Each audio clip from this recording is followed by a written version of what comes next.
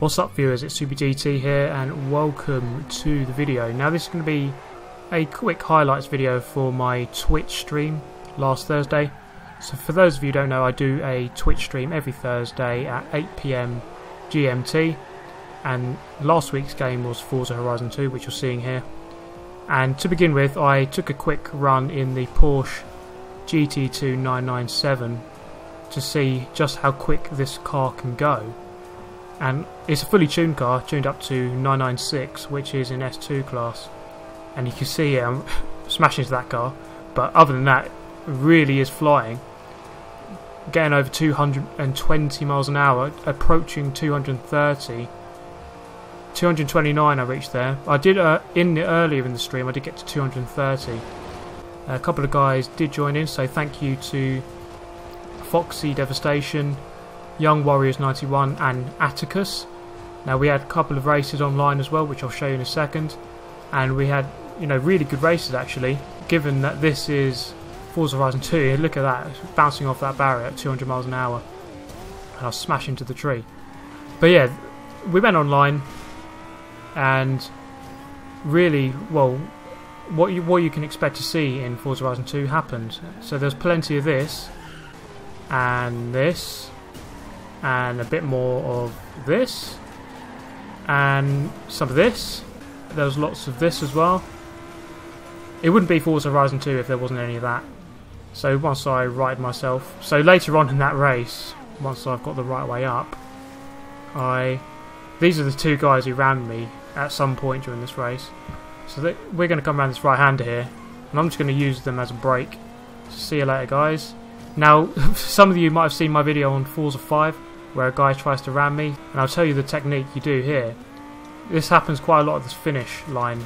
If someone's crashed and they're going slow and they're trying to block you, pretend to go to one side, like I do here, and then swap over. You see there, he went to try and ram me there. He was watching me. He knew what he was doing, and that's the way to avoid people who do that. But this is the main race I wanted to show you. So this was a really close race. So we're in the S1 class for this race. So I am using the Nissan GTR. I've made a couple of videos featuring this car, including a tune and setup video.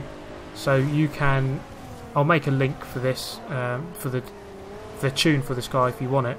It is a really solid car for this class, really well balanced, and you can see here in this race I drive it pretty well. I drive it quite conservatively, but you'll see that actually is the key to winning this race. So I'm going around the outside of this Ford, accidentally tag him, but he doesn't spin out, so it's not too much of a problem at the moment.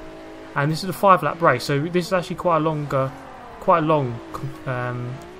for a Forza Horizon race. Normally races are only 3 or 4 laps, and it's a fairly long lap, well over a minute. So this actually turned out to be a bit of an endurance race by Forza Horizon standards.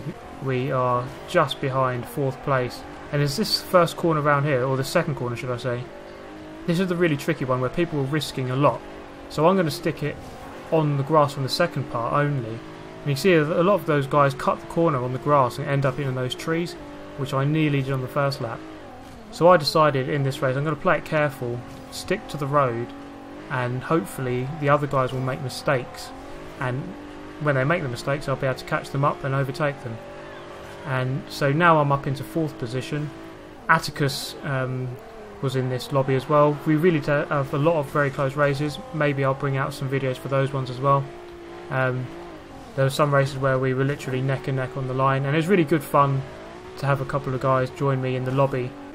So slowly but surely here I am reeling them in, and you can see that Atticus behind me was actually reeling me in until he had made a mistake there and just completely disappeared.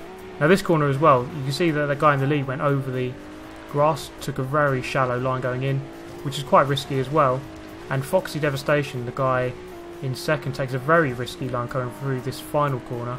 So I slow down quite a lot, take a very slow apex speed, and he goes over into the grass. That means he's taking more speed into that corner. I'll go over the grass a little bit, but Foxy Devastation was taking a lot of speed through that corner, which is quick if you get it right, but it's very risky going over the grass. It can spin you out quite easily. So again, they're neck and neck, and this lap you see I edged very, very slightly closer, and again through that second corner they take the shorter line, and they do get away a little bit, and I take the longer line. So 4 laps out of 5 we've done now, and the American muscle car there, I'm not sure exactly what car that is, has taken a bit of a dodgy line there, or he's got a bit sideways and lost control slightly, and I've inherited second place from him. Take a very nice tight apex there, going into this tricky corner here. There's a lamppost there, you really do have to pay attention to that, otherwise you probably will go into it if you're not paying too much attention. So cut the grass there. That one's fine, I think. You can cut that grass because it's not too dodgy. This is the dodgy one. You can see he goes out wide, very wide compared to me.